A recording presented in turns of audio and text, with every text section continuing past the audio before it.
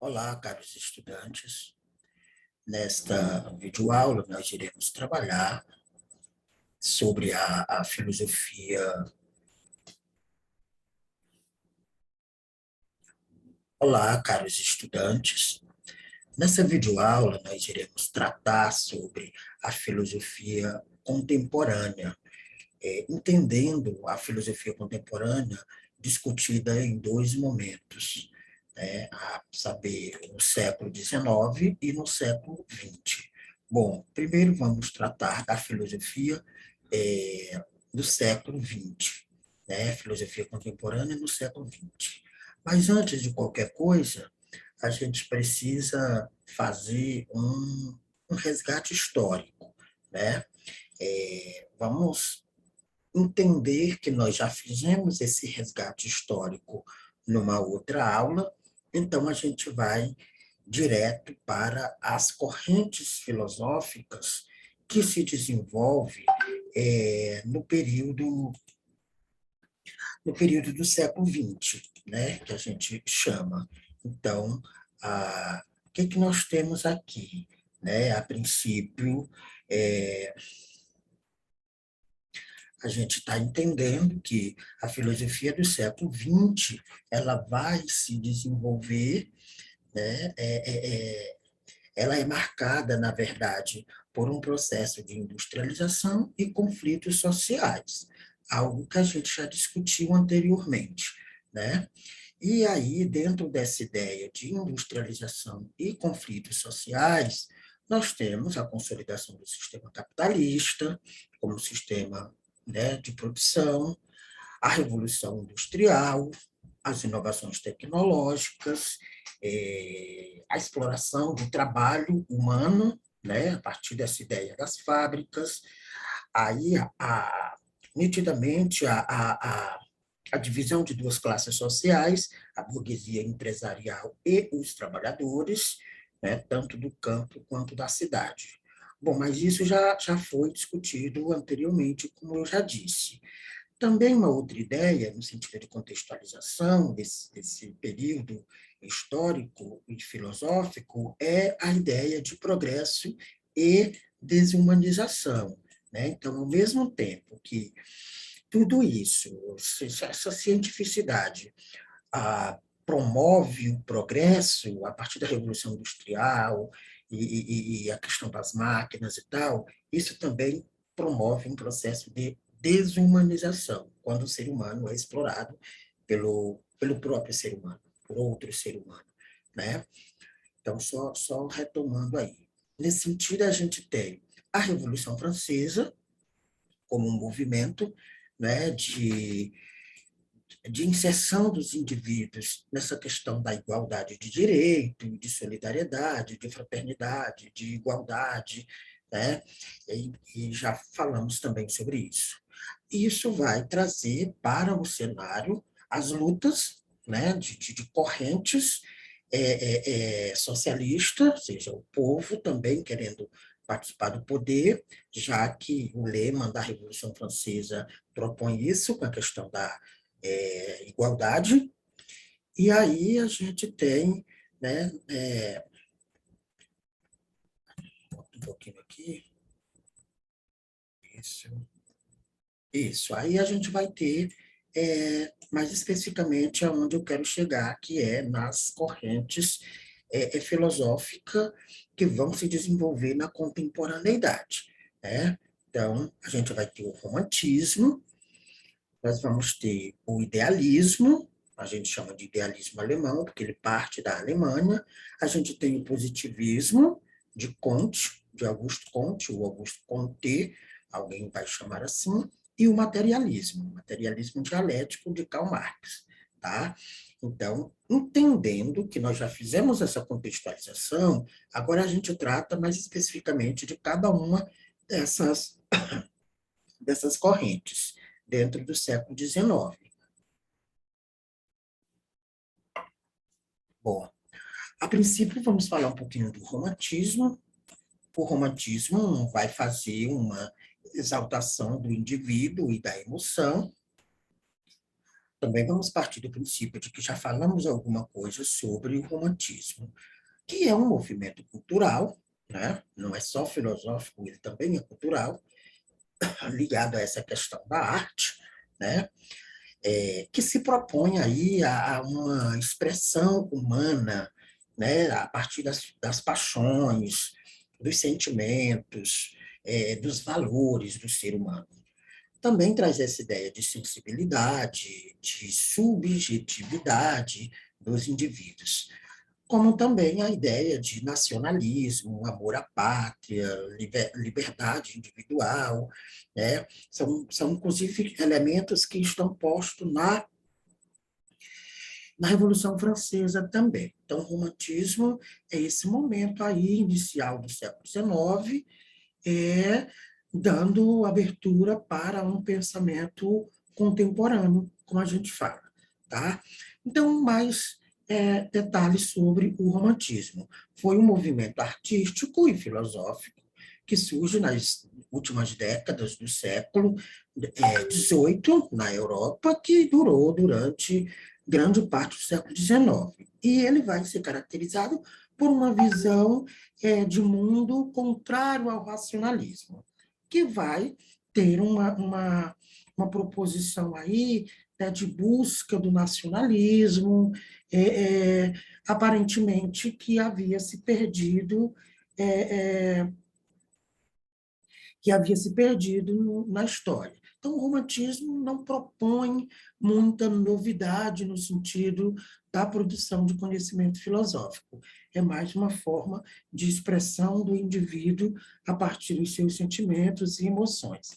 Inicialmente, apenas uma atitude, um estado de espírito, enfim. O romantismo ele vai tomar, mais tarde, a forma de um movimento e espírito romântico, e o espírito romântico passa a designar toda uma visão de mundo centrada no indivíduo, no indivíduo.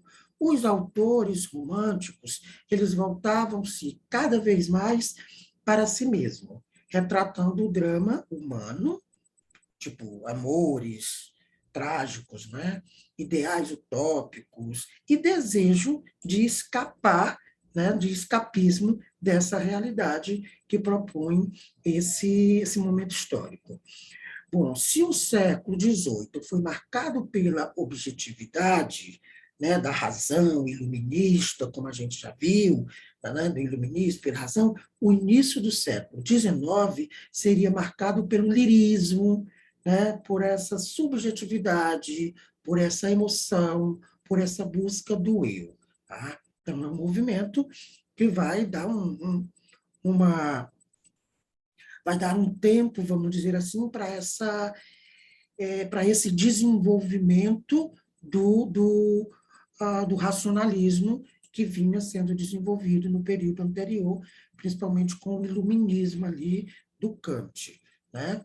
Bom, o termo romântico ele vai se referir a um movimento estético, ou seja, a tendência idealista ou poética de alguém que carece de sentido objetivo para a sua vida. Tá?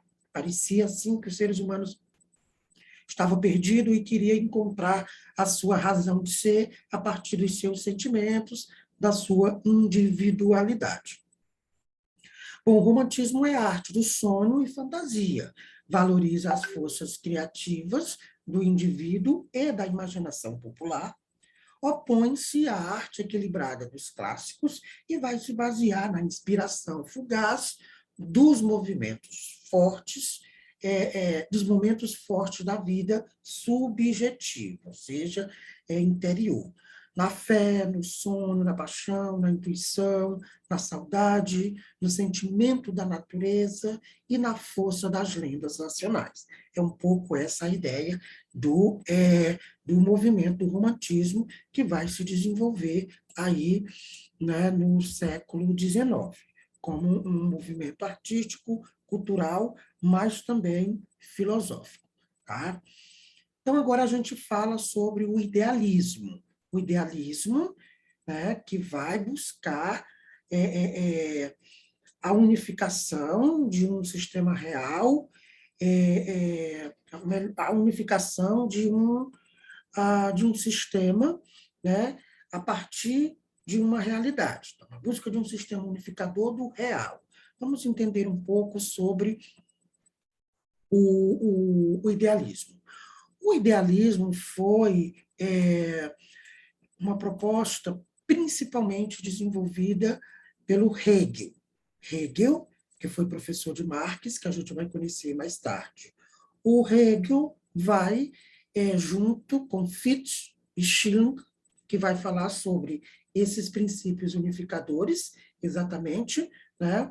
Mas aí, a partir de Fichte e Schilling, com essa ideia de princípio unificador do real, o Hegel vai trabalhar num projeto do conhecimento universal.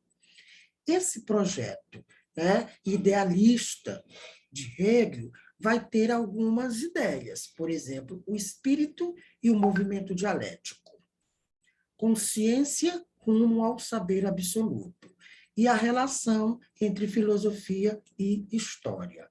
Bom, o espírito e o movimento dialético, que é assim a grande sacada do Hegel, é que ele vai dizer que as coisas são...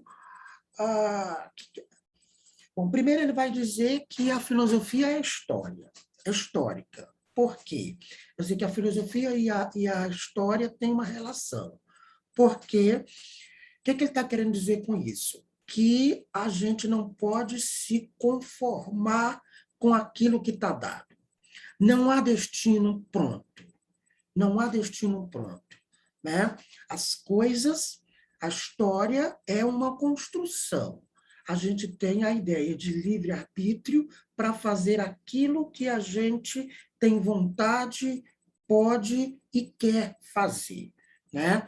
Então, ele vai dizer que o pensamento do ser humano, essa questão filosófica, é algo histórico. Em cada momento histórico, o ser humano desenvolve pensamentos assim. E aí ele vai tratar desse movimento dialético. O que seria esse movimento dialético para Hegel? Hegel vai dizer que o que é pode não ser.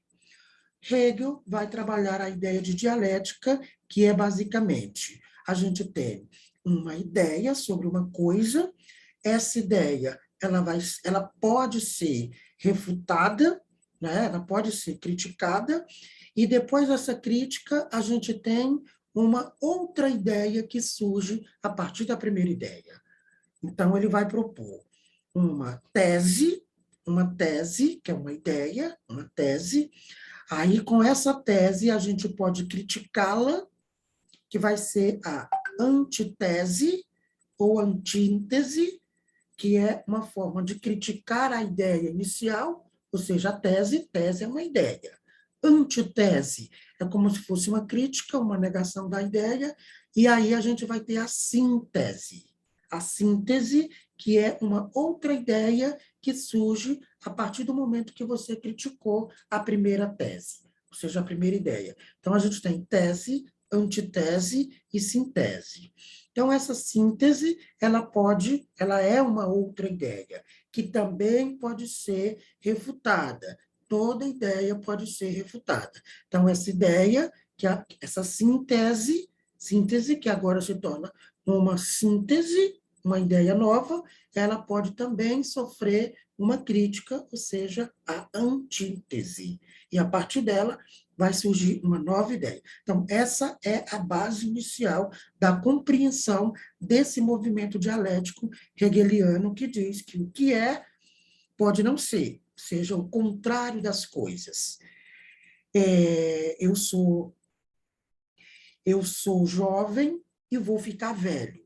Velho é a negação do jovem. Não muda totalmente, eu não mudo totalmente, eu não passo a ser uma outra pessoa. Eu sou a mesma pessoa numa estrutura diferente, ou seja, a ideia muda, não muda totalmente, né, mas ela tem uma outra conotação. É um pouco isso que a gente vai conversando ao longo da aula. E a outra coisa que o Hegel vai falar é da consciência rumo ao saber absoluto. Então, ele vai dizer que a consciência, por isso é idealista, ele vai dizer que a consciência que nós temos das coisas, ela promove um saber absoluto. Por isso ele é idealista, que Marx, mais tarde, vai questionar. Marx vai dizer que esse saber mais absoluto, vamos dizer assim, não há saber absoluto, né? Mas esse saber ele vai ser surgido a partir de uma realidade concreta, material. Marx vai ser materialista e Hegel é idealista, porque ele vai dizer que essas coisas elas vêm das ideias, né? Da consciência. Então, ele desenvolve esse espírito do movimento dialético, uma consciência rumo ao saber absoluto, e faz uma relação entre a história e a filosofia. Tem aí uma proposição de texto para vocês lerem, né, com base nesse referencial teórico que eu já apresentei, onde vocês vão encontrar mais detalhes sobre essas ideias, tá? Quando Hegel desenvolve o idealismo, colocando essas ideias, logo em seguida ele vai ser contestado. Ele vai ser contestado por vários filósofos, por exemplo, Feuerbach, que vai dizer que o ser é concreto e material, e não consciente totalmente, né? E não provém unicamente do que imaginário, do que está no campo muito abstrato, como propõe o Hegel. Ideia, tese, antitese, sintese. Essa é um pouco a ideia do Hegel. E aí, a contestação do sistema hegeliano vem aí com a ideia de Feuerbach, também está no material aí que eu proponho a leitura, que vai dizer, que vai tratar de ser concreto e material, né? Imaterial. Então, a gente já tem aí o princípio de um materialismo que é oposição ao idealismo. Idealismo é que está no campo das ideias, abstrato e tal, algo de Hegel, né? E o materialismo vai ser desenvolvido principalmente por Karl Marx mais tarde, mas tem em Feuerbach, né, esse primeiro momento aí. Depois a gente tem também como um filósofo que vai contestar Hegel, ou o sistema hegeliano de pensar, que é o Schopenhauer. O Schopenhauer vai trabalhar sobre vontade e representação.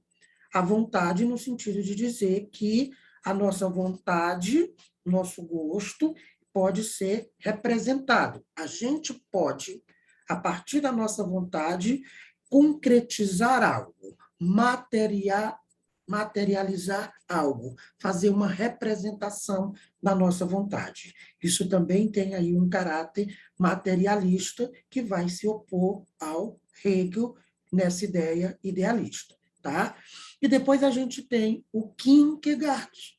O Kierkegaard tem Feuerbach, Schopenhauer e o Kierkegaard. O Kierkegaard vai trabalhar a experiência única da vida. Então, o Kierkegaard vai um pouco nessa dinâmica de dizer, olha, a gente tem que experimentar as coisas, a experiência única da vida, a gente tem que aproveitar os prazeres, as coisas materiais que a vida nos propõe, né? No campo do trabalho, das relações, enfim, o Kierkegaard vai trabalhar um pouco nessa ideia, também se contrapondo ao sistema hegeliano, tá? Então, propondo aí a leitura desse texto que nós estamos sugerindo. Bom, vamos entender um pouco mais sobre o sistema hegeliano, até para a gente entender por que, que os outros fizeram essa contestação. O idealismo, né, da Alemanha, principalmente, Hegel era da Alemanha, também conhecido como idealismo pós-kantiano. A gente viu que o Kant, lá no finalzinho da modernidade, ele vai fazer várias propostas de um conhecimento muito racional, né? Muito do pensamento. Então, a gente vai dizer que o idealismo, também conhecido como idealismo pós-kantiano, ou filosofia pós-kantiana de Immanuel Kant, né? Ou simplesmente pós-kantianismo. Bom, foi uma das orientações filosóficas mais influentes da história. Esse idealismo foi muito influente, porque tem raízes na história da cultura alemã, mas nem por isso pode ser considerado um fenômeno nacional, ou seja, especificamente da Alemanha. Na verdade, o idealismo alemão ele vai se desenvolver em outros lugares da Europa.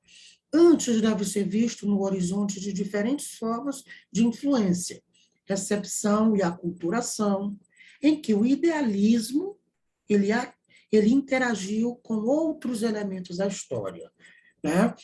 Da história cultural na Europa, com a ciência, com a religião, com a arte, com o direito e com a própria política. Então, o sistema idealista proposto por Hegel, que teve um início ali em Kant, ele vai influenciar em várias áreas da nossa vida até hoje, como, por exemplo, a ciência. Claro, a gente estava aí no auge do desenvolvimento da ciência, a religião, a própria arte, o direito e a política, que são ramificações do conhecimento filosófico, como a gente já viu. Bom, assim, para compreender o idealismo alemão, devemos levar em consideração outras orientações filosóficas e culturais essenciais. Por exemplo, o empirismo, que nós já estudamos. Para entender o idealismo, precisa entender um pouquinho sobre o empirismo. Precisa entender também sobre o racionalismo, que a gente também já viu, né? A partir de vários filósofos, inclusive o Baruch de Spinoza, como a gente já viu. E o iluminismo. Então, o empirismo, o racionalismo, o iluminismo francês, né? Então, a gente já viu essas correntes anteriormente. Aí, torna-se, então, claro que o idealismo alemão ele foi e é um momento essencial do desenvolvimento cultural da Europa, né? Unitário, sem uma diversidade. Então, o idealismo alemão propõe essa reflexão. Ele vai, na verdade, partir, né, dessas três correntes que se desenvolveram da modernidade, e ele vai ser uma ideia de aperfeiçoamento de tudo que foi produzido anteriormente. Tá? Então, é uma forma de dizer, olha, o conhecimento, né, absoluto está na consciência, está na forma de produzir ideias, criticar essas ideias e produzir uma nova ideia.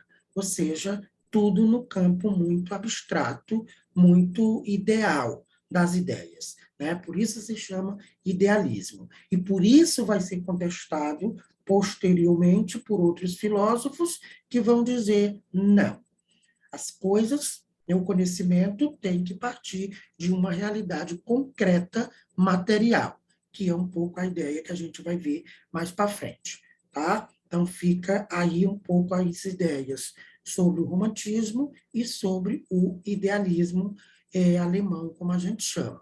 Certo? Era isso por agora.